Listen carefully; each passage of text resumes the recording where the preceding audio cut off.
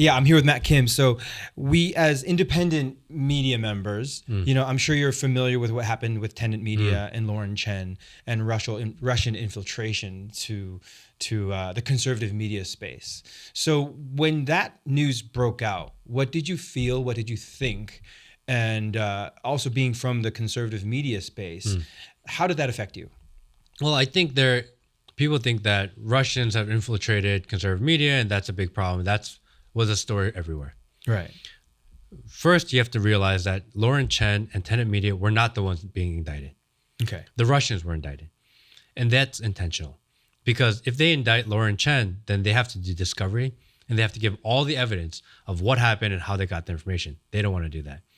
They just want to have the news in the cycle. Actually, the most interesting thing about this, and I've never talked about this before, the most interesting thing about this story is the U.S. attorney. Okay. So the U.S. attorney behind the indictment of Lauren Chen and Tenet Media is a guy named Damian Williams. Okay. U.S. attorney, Southern District, New York. Not many people ever talk about or consider him. He has a history of targeting minorities. Is that right? He does. So he came up through. He went to Yale Law School. He is a Paul Soros and Daisy Soros scholarship winner. He was recommended by Chuck Schumer and appointed by Joe Biden to be that position. In doing so, he's gone after Lauren Chen, who is the Asian conservative. Yep. He went after Do Kwon, which is the Asian cryptocurrency. He went after Bill Huang, who is the Wall Street hedge fund manager, who is kind of conservative. He went after Eric Adams, who is the black kind of mayor, becoming a little bit conservative mayor of New York City. He is the pit bull attacker for the administration. He goes after and always targets someone that needs to take a fall for greater problems. People say, for example, in the Bill Huang story, they say, oh, Wall Street is so corrupt. They're short selling and they're manipulating the market. Right. They all do that. Right. All the hedge funds do that. Sure.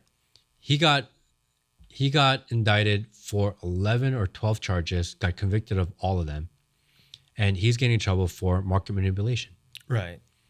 All the hedge funds in Wall Street that manipulate the market and short sell for their own benefit, and Bill Huang is the only one to get in trouble. He was in a news cycle for one day. They forget about it, and they say, oh, everyone complains about how the hedge funds are manipulating the market. Look, we got somebody.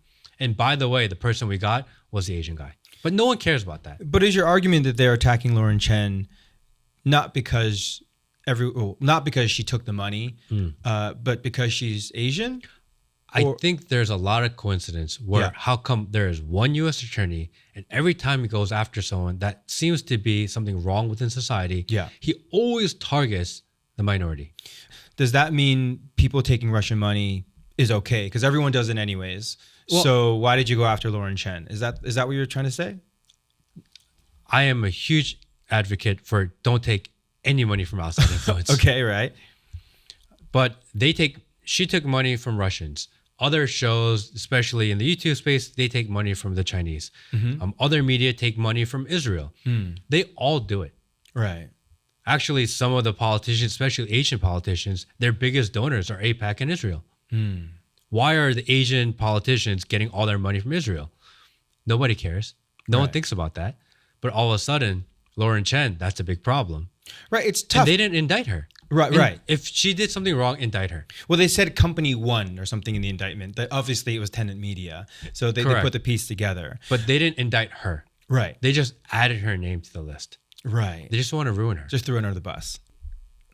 The decision she made was basically a company saying, I want you to talk about this topic that she may agree with. Right? This is not changing her thought. They're not saying, all right, we want you to flip on this issue.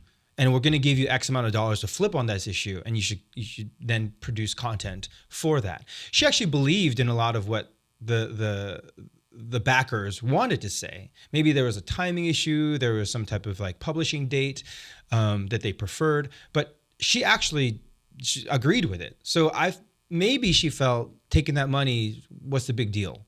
Because I believed in that anyway. What do you feel about that? So I think propaganda, people often think that propaganda is talking about an issue that you disagree with.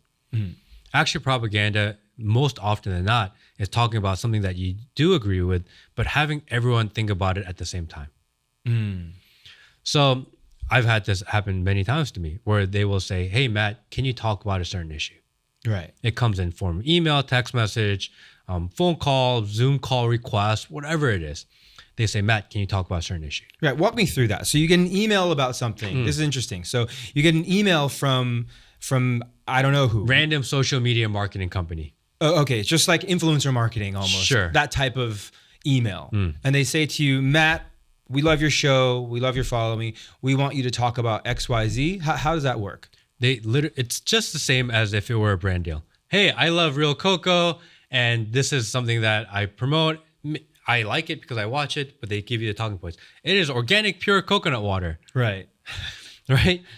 They just want you to do that, but for political or social issues. So they'll tell you, we'll pay you X amount of dollars. We'll give you this much as a CPM for depending on how well your video does. And these are talking points we'd like you to hit. And how often do you get these type of emails? Multiple a week. Multiple a week? Multiple a week. Anywhere from $2,000 to $5,000. Sometimes if the issue is important enough, they'll even say, name your price. Do you take any of the deals? I've never taken a deal. You've never taken a deal? Never taken a deal, ever. And actually, when I stream on maybe Instagram or whatever else, and I get them, especially if it comes in while I'm streaming, I will literally show the text message on stream. Which is crazy because the people that are approaching me don't realize that I'm showing the message on screen. Wow. And I almost do that because I want people to hold me accountable. Yeah. If you see me all of a sudden talk about something that seems out of character, I take the money. So that's why I show the messages, because it's almost like I can't do it because I'm letting people know I'm getting them.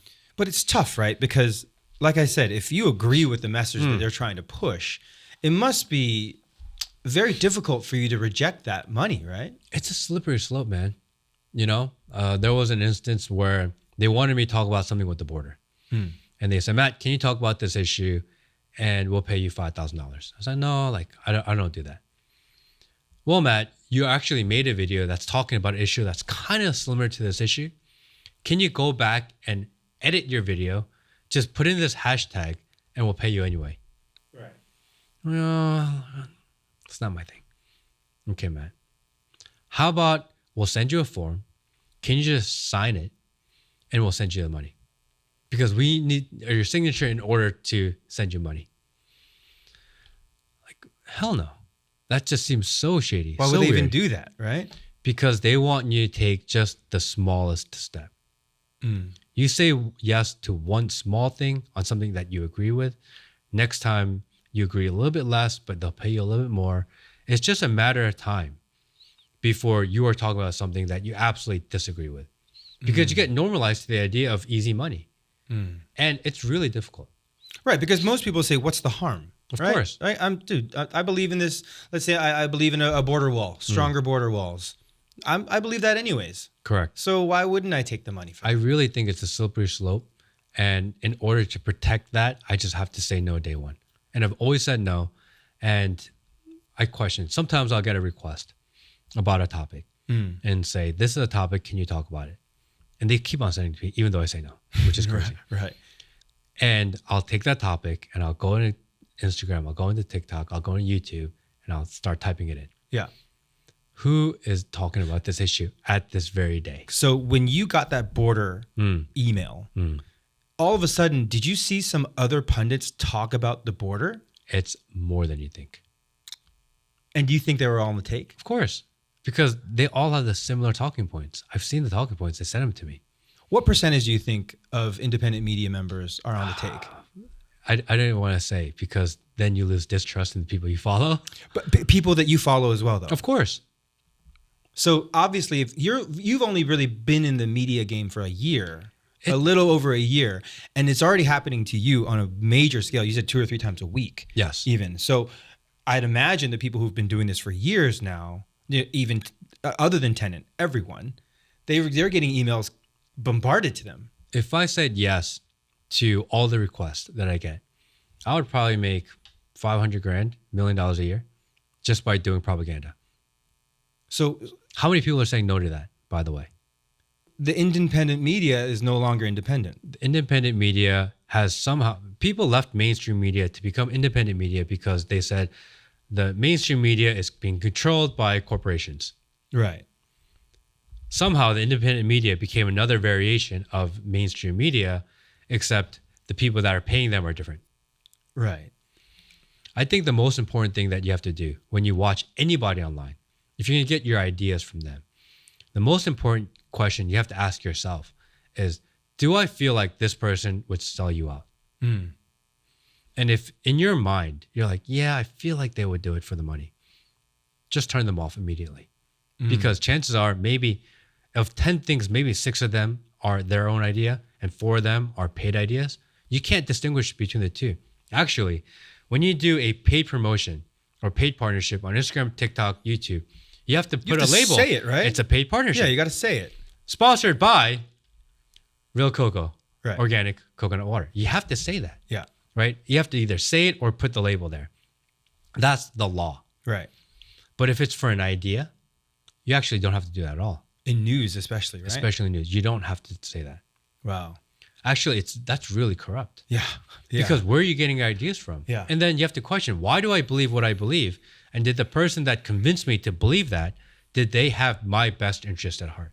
Right. And if any inkling of you says, no, I feel like they would be corrupt, just turn them off immediately.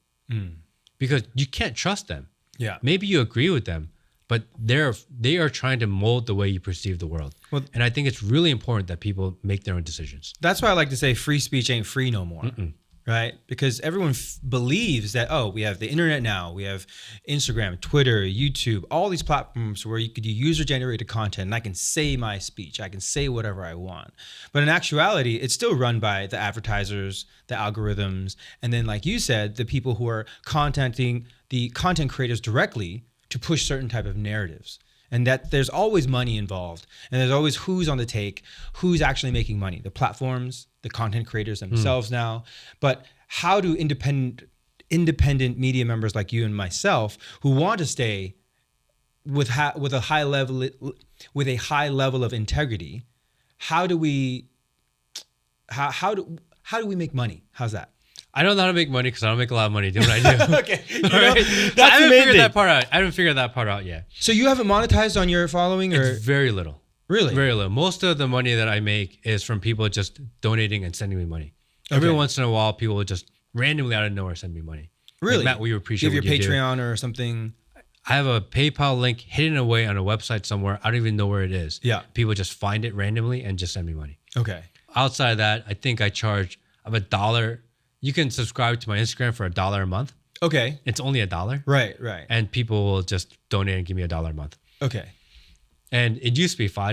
Mm-hmm. And I had a grandmother actually message me one day.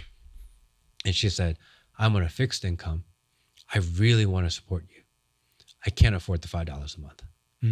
Can you have an option where I make it $1 a month? And I realized it's not about the money. I want people to feel like they are involved, that they are actually doing something. She was like 75 or 80 years old. And it broke my heart that she couldn't afford $5 a month. Right. But she really wanted to help. Right. So because of that one person, I changed my subscription from $5 a month to $1 a month. Right. So I had maybe like 500 or 1,000 people that were giving me $5 a month.